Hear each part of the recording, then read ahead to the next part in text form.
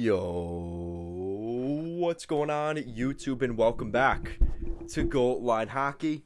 It's your boy Kevin Forte, and today I'm here to mess your brain around. Today we're going to go over the expected cap jump in the 2024-2025 NHL season, how it impacts the NHL right now. And we're going to go over all of that today. So we have a lot to go over. This is a video, I'm going to need your full attention for this one. There's going to be a lot going on in today's video, but a pretty informative one. That's what I'm hoping for from you guys. So let's get right into it. So we're going to start off with the 2007-2008 NHL season. And you may be wondering why we started there. Well, this is when the salary cap was kind of, this was when it was being recorded more. And this is a good timeline for us from, again, we could go back to the Great Depression when there was a salary cap. There was a salary cap back then.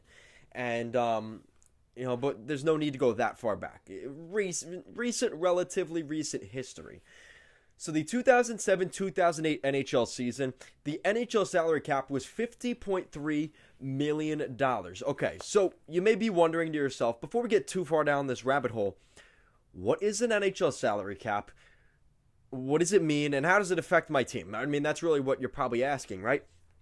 So to start things off, the NHL salary cap is the NHL's way of kind of keeping the haves from the have-nots. Now, perfect example. Who would the haves be? Not the Habs, the haves. Now, actually, it's funny I say that because the Montreal Canadiens are one of the have teams. So, in particular, the have teams would be teams, for example, the Chicago Blackhawks, in this case right now, the Tampa Bay Lightning, the New York Rangers, the Boston Bruins, the Toronto Maple Leafs, the Montreal Canadiens. Those market teams are very big market teams in the NHL landscape. And the thing is, with an NHL salary cap, it prevents what we see in baseball. Perfect example in baseball. You have the New York Yankees. Quintessential example. They make a lot of money every year. They're one of the richest franchises in all of sports. Now, the problem is with that, it's great, right? They have a lot of money to spend. They make a lot of money, so they're able to get the best players. The problem with that is they have an advantage over, say, the Baltimore Orioles, who are not even a rival to them because they kick their ass every year. And again, this is binary extremes. We have the Yankees and the Orioles, two totally different teams in terms of the spectrum, right? Now, how good is that for the game when you have the Yankees who are spending $1 billion on Aaron Judge, all their top-tier players, and you have the Orioles who, unfortunately, we're kind of running, kind of pinching our pennies together. These first overall pick guys that we draft are really good prospects we draft. We don't have the money to keep them, so they end up going to the New York Yankees. How is that necessarily fair? Well, it's not. I mean, let's be honest, that's not fair. But it keeps the haves from the have-nots. And when it comes to free agency time, well, the top free agents are going to go to the teams with the most money, the teams that they could win with and also get the bag. In the NHL, there's a little bit more parity in terms of a salary cap because going back to hockey now, the salary cap teams, it keeps the Leafs or the Rangers from having the Rangers team we saw in 93. The joke for the Islanders fans are, if you know the Rangers suck, clap your hands. If you know the Rangers suck, in 94, they bought the cup. The reason they say that is because the Rangers had Wayne Gretzky, Mark Messier, Mike Richter, all these guys that in today's NHL wouldn't be possible. You wouldn't have those superstar, super stacked teams like we see in the NBA, like we see in baseball. You don't see those teams because the NHL wants, say, a lower market area in the New York area, for example, perfect example, the New Jersey Devils. The Devils don't make the money that the Rangers do, or even for that matter, the Islanders do, right? But it keeps the Devils competitive in that league. Now, I'm not saying that it's good or bad for the league, but the NHL has decided that that is the direction they want to go. They want to keep all their teams competitive, where you have the Devils who, under Lou Lamoriello weren't making the money that the Rangers were. but they were beating them in the Eastern Conference Finals and going to the Stanley Cup Finals in 2012.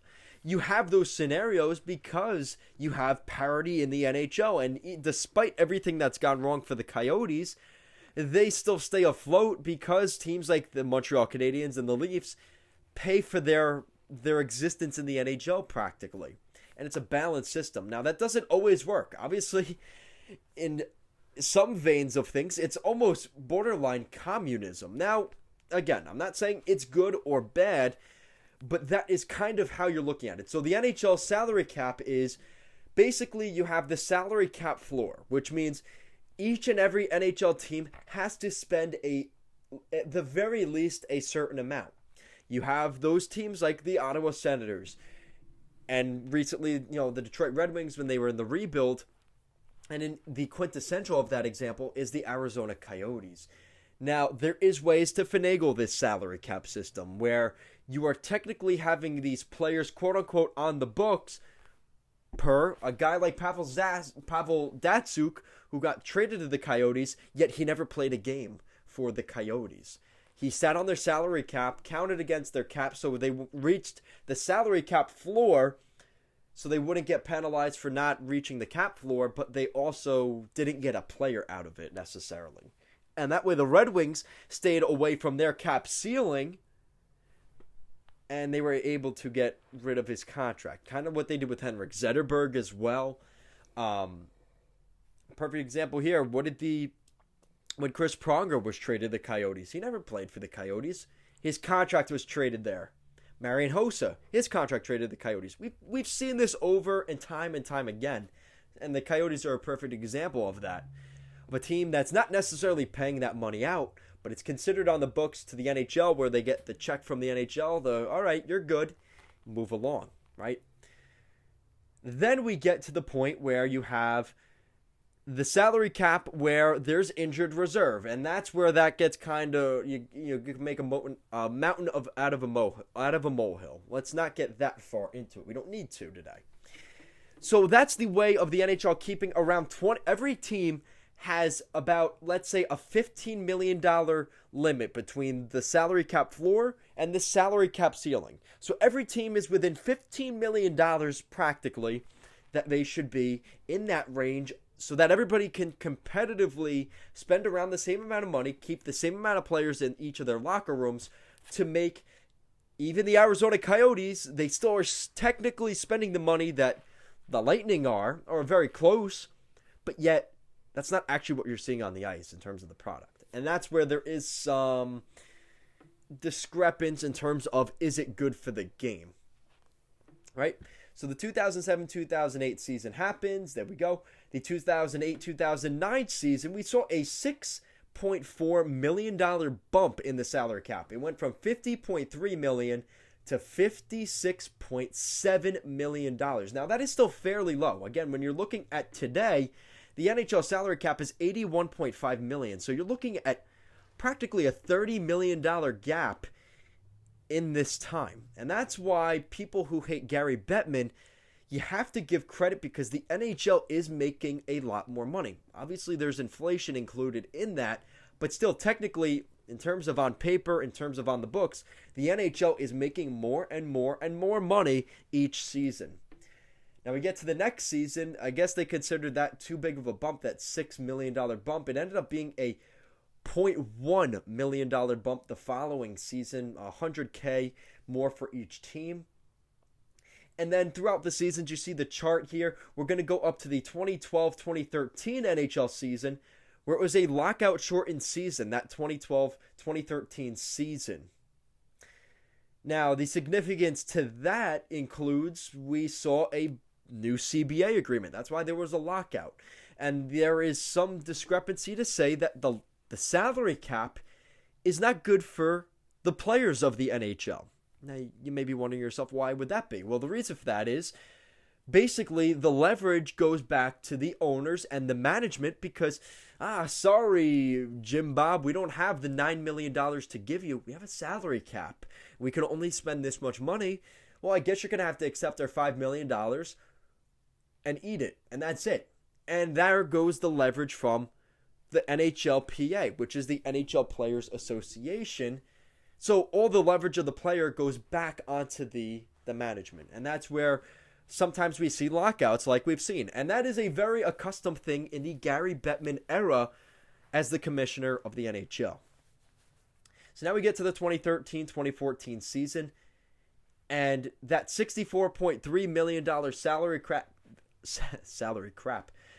cap we saw in the 2011-2012 season pre-lockout, it went back down to the $60 million salary cap in the 2013-14 season. But you could spend up to $70.2 million based off of the salary cap in terms of injured reserve. Now, this is something that we've recently seen the Tampa Bay Lightning exploit last season. Steven Stamkos was out on long-term injured reserve. They had basically $9 million of free cap space. And a lot of people were not happy with that. The way the Tampa Bay Lightning had kind of finagled it, kind of fudged the numbers, but it's all in the books. They are allowed to do that. So for everybody that said the Tampa Bay cheaters and this and that, they did do it according to the CBA. That's how it works. And it's been like that since that 2013-2014 NHL season. And back then, the first team to do that was Stan Bowman and the Chicago Blackhawks. Now, obviously, Stan Bowman has a different name to him right now, but he did some real work with the salary cap in his team back then to give the dynasty run that we saw in Chicago. We've seen the same thing in different organizations. It's just recently it was Tampa. But Chicago was really the first team to implement using that extra, basically $10.2 million of cap space. Go figure, it's one of the more prestigious franchises in the league. They were able to exploit it. Okay. Now, that salary cap that started after the post-lockout, which was the $60 million from 2013 to 2014 season, that salary cap didn't increase again. Now, again, I don't know the numbers. I wasn't able to find the numbers. But the salary cap continued to go up from that $60 million again to the point where we got the 2019-2020 NHL season. Now, this was supposed to be a big one for the NHL. The new TV rights in the States were going to be in effect, which meant the NHL would be switching from their NBC partnership that they had since, I believe it was that 2007-2008 season. Remember, the NHL was on ESPN. They were on Versus, which was an ESPN affiliate. Once that went down, the NHL was with NBC Sports for a very long time. Practically throughout the entire time I was watching hockey, up until the very beginning, which they were on Versus. So now in 2020, a lot of contracts were going to be expiring because they were expecting this new big bump in the salary cap because of this new negotiations with whatever the USA TV rights were. Now, the problem is in Canada, they don't see that same bump because there isn't as big of a market in Canada. It's always TSN and Sportsnet, right? They are very good, competitive in their nation, but let's be honest, the eyes, and let's be honest, the money is in the States. The population of Alberta is practically the population of a borough in New York State, in Queens or Brooklyn, right? So, and I'm not saying that lightly, I don't know the exact numbers on that, but if you look it up, it's probably not that far off. So with that said, you're looking at a situation where the NHL is seeing the States where the money's at. And let's be honest, the players too. So a lot of players said, I want my contract to end in the 2019-2020 season. I want to be an unrestricted free agent, or for that matter, a restricted free agent in 2020, because that's when the new dollars are going to be coming in from this new agreement. And not to mention, they also had a new CBA, a new collective bargaining agreement, which was from the 2012-2013 lockout season. That was going to expire in 2020. So 2020 happens. COVID, as we all know, in the beginning of that season, it was pretty well known that things were going to go sideways for the NHL. But they had a new CBA agreement in that year. It looked like we may see a potential lockout in 2020. And obviously the pandemic. things ended up working out for the NHL. The NHL was the first United States pro sports team to get back into action from COVID. They had this newly revitalized, never seen before COVID bubble playoff format, which was very entertaining and something we may not see ever again. The NHL before that COVID bubble was able to implement a new CBA agreement that would last till the 2025-2026 NHL season. So we still have 5 or 6 years till that new agreement. And the salary cap was set at $80 million. Now, because of the pandemic, the NHL is currently, right now, you'll see in my chart here that I have up for you guys, this is considered the flat cap era. Now, you may be wondering, what does that mean? So basically, since that new CBA agreement in 2020, the NHL decided that they're going to do things a little bit differently. Instead of seeing that $6.4 million bump in the late 2000s, we're going to see a very, very small salary cap projections for the next couple of years in terms of growth in the NHL. Totally off from what the NHL expected and the players and management had expected in 2019. They were expecting this big raise from the new U.S. partner, relations that they just established, right? So we know how things go in 2020. The NHL has their new rights with ESPN and Disney and that whole thing. They have a new CBA. They have a new USA partnership with their streaming and their Cablevision, situation, as well as the new CBA and everything else. So things have slightly changed since 2020 and that CBA. We're seeing a $1 million bump per season in the NHL. Now, this is the current projections. Again, within 6 months, it changed. It went from, we're not going to see the salary cap move at all for potentially 5 or 6 years, to all of a sudden we're seeing some more optimism.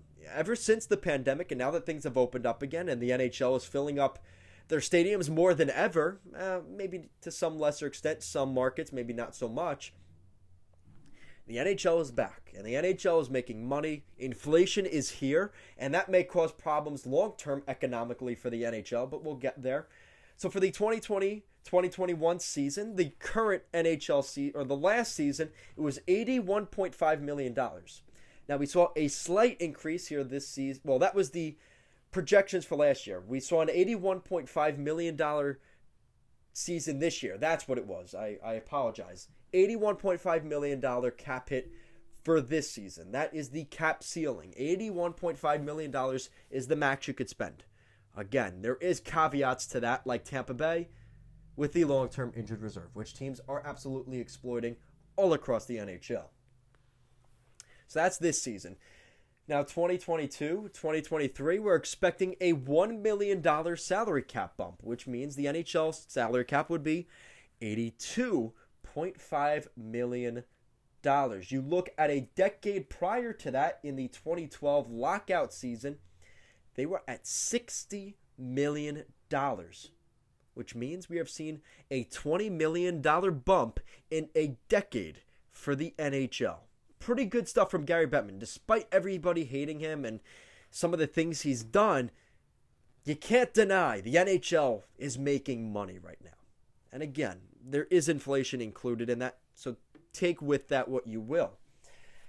So that's the 2022-2023 NHL season. Now that following season, right, the 2021-2022 season, 82.5. Now, I can't tell you what the next season will be, the 22-23 season, but let's just say at the very least it's going to be another $1 million bump. That would be $83.5 million.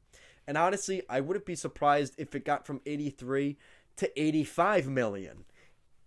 Not next season, but the following season.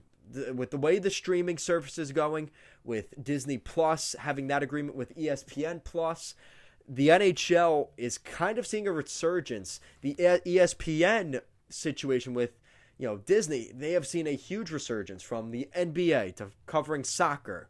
They're covering everything. They have taken over. They have monopolized sports streaming, and the NHL will benefit from that as well. So, with that said, going into the 2024-2025 season, like we just heard, we're expecting a big jump again in the salary cap. Could we see $90 million in the NHL salary cap in the next 3 or 4 years? Very possibly. We very much could see that. Potentially 90, if you want to be super optimistic, $100 million, the triple-digit millions in the NHL. We aren't that far away from it. We really aren't. And with the numbers that the NHL is doing right now in terms of their networks with TNT, with ESPN+, the NHL is doing better than ever. And we're probably going to get a better idea from that in terms of what we're going to see, at the Winter Classic this year. The Winter Classic is going to be huge for the NHL this year. How can they compete with other events going on New Year's Day? Because personally, on January 1st at noon, guys, I'm a big hockey fan. I'm not going to be watching the NHL Winter Classic. I'll be flipping back and forth, but I'm going to be watching the college football bowl game because my Nittany Lions are on. My Penn State's on. So I'm going to be watching that over the NHL Winter Classic. Now, again, obviously, it depends on circumstance. If you're probably watching the games before or something else. New Year's Day is a pretty big day for basketball too. New Year's Eve, New Year's Day, also big basketball, kind of becoming the Thanksgiving football situation.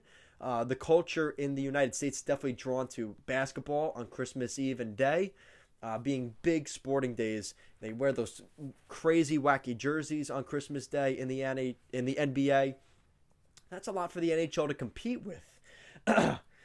So that is stuff we have to remember. Now, we also have to get to this side of things, and that side is the NHL is doing better than ever on streaming, on even cable, on TNT, doing very well with those personalities.